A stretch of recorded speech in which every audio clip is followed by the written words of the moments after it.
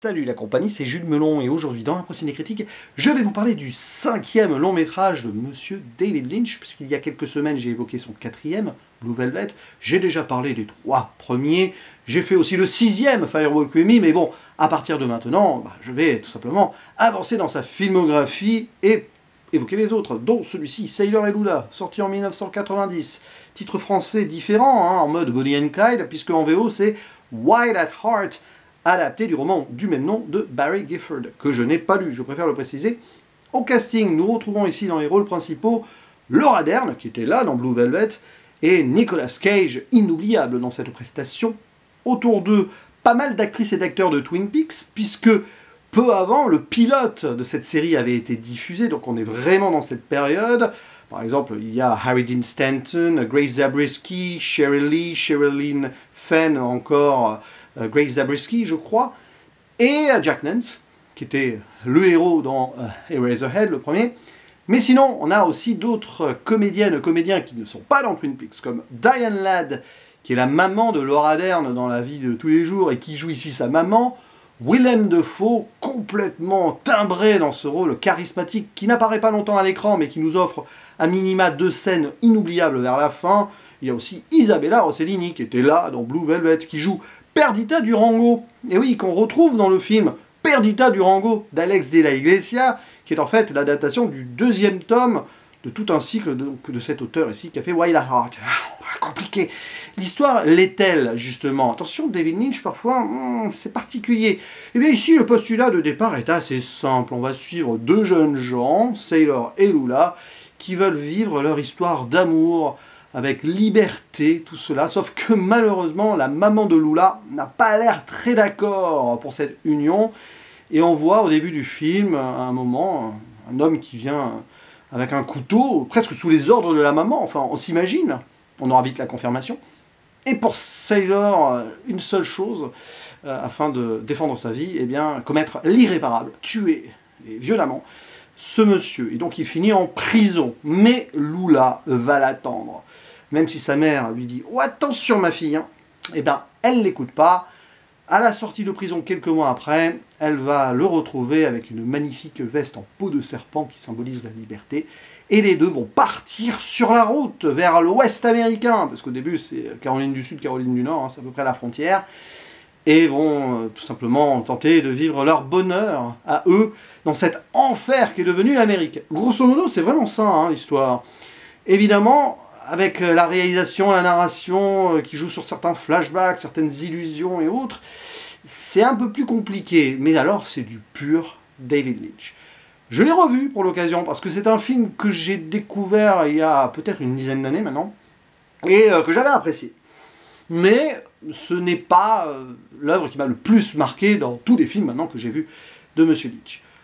À la relecture, je ne dirais pas que c'est mon préféré, loin de là, c'est probablement même pas dans mon top 4-5, mais par contre c'est hyper fascinant et intense, ça joue sur plusieurs tableaux d'ailleurs, et c'est là où on voit que c'est la continuation parfaite de Blue Velvet, et que ça s'inscrit aussi parfaitement, je pense, dans cette nouvelle ère Twin Peaks qui se met en place. D'où la cohérence de l'artiste David Lynch, on est vraiment là, quelque part vraiment entre Blue Velvet et Lost Highway aussi, et c'est absolument remarquable sur plusieurs séquences.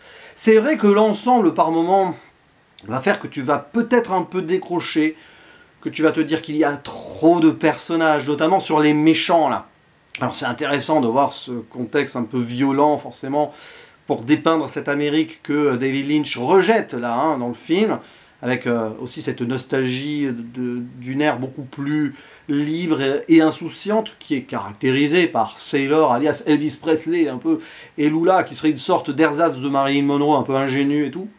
Là, on voit qu'ils ne sont pas tout simplement à leur place, ces deux-là, du moins pour le bonheur qu'ils veulent vivre, et autour d'eux, mais c'est exacerbé à fond, on se retrouve dans des univers à la limite de la réalité, notamment dans l'antre du certain Mr. Reindeer, là, où on n'est pas loin d'être dans une des lodges potentielles de Twin Peaks, si on veut.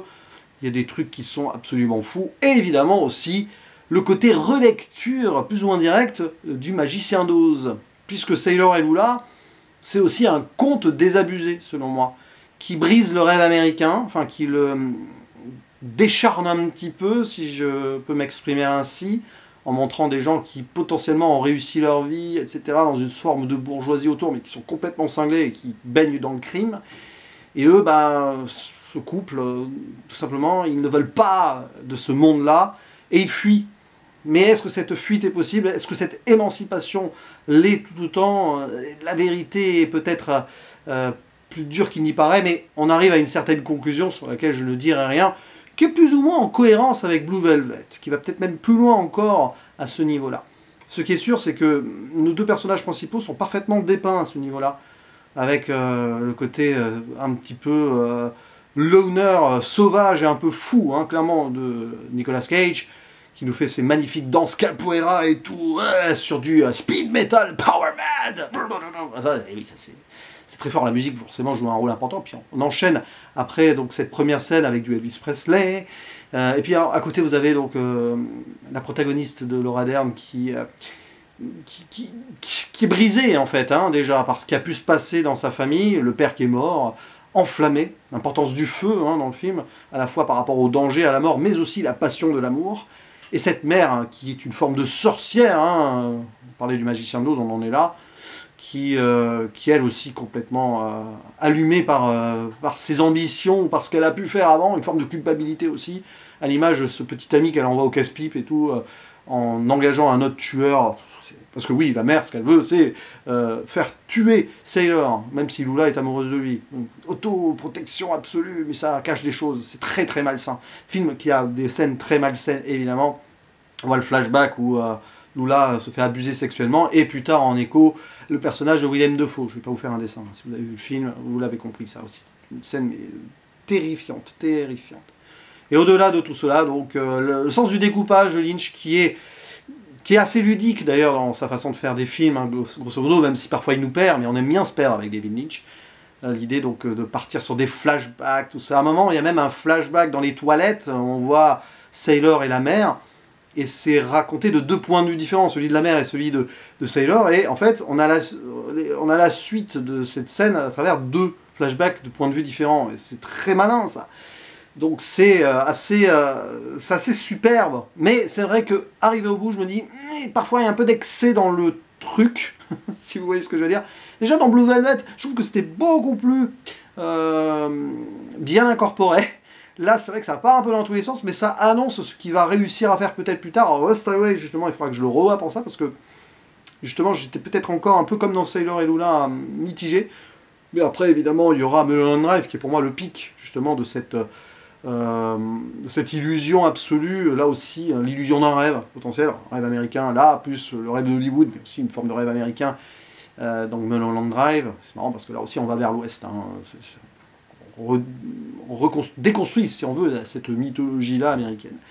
Donc ouais, c'est très bien Sailor et Lula. Enfin, ce genre de film, même si j'ai des réticences, il y a l'univers, il y a l'ambiance, il y a l'atmosphère de David Lynch.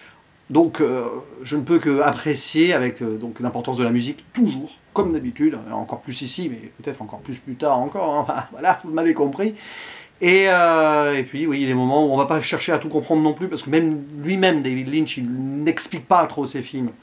C'est quelqu'un qui est très secret sur ce qu'il a voulu dire, à part donc ici montrer cette histoire d'amour innocent dans l'enfer qui est devenu l'Amérique, et c'est pour ça qu'on a ce côté un peu old school déjà pour les années 80, 90, ici début 90. Et voilà. Donc Sailor et Lula, bon, je vais pas aller plus loin. N'hésitez pas d'ailleurs à me dire en commentaire ce que vous pensez du bouquin que je n'ai pas lu, Wild at Heart. Parce que, est-ce que c'est suffisamment proche, ou est-ce que David Lynch a pris des libertés? Je ne sais pas. Ce qui est sûr, c'est que ça serait intéressant pour moi un jour de le lire et d'enchaîner avec Perdita Durango, puisque j'ai parlé du film d'Alexia Iglesia il y a quelques semaines aussi. Hein. Voilà. Mais à vous la parole, donc, pour donner votre avis sur ce film et qu'on en discute ensemble. Hein. C'est ça aussi l'importance de ces vidéos, c'est qu'après, elles continuent à vivre avec les discussions qu'on peut avoir ci-dessous. Voilà, je vous dis à la prochaine. Ciao.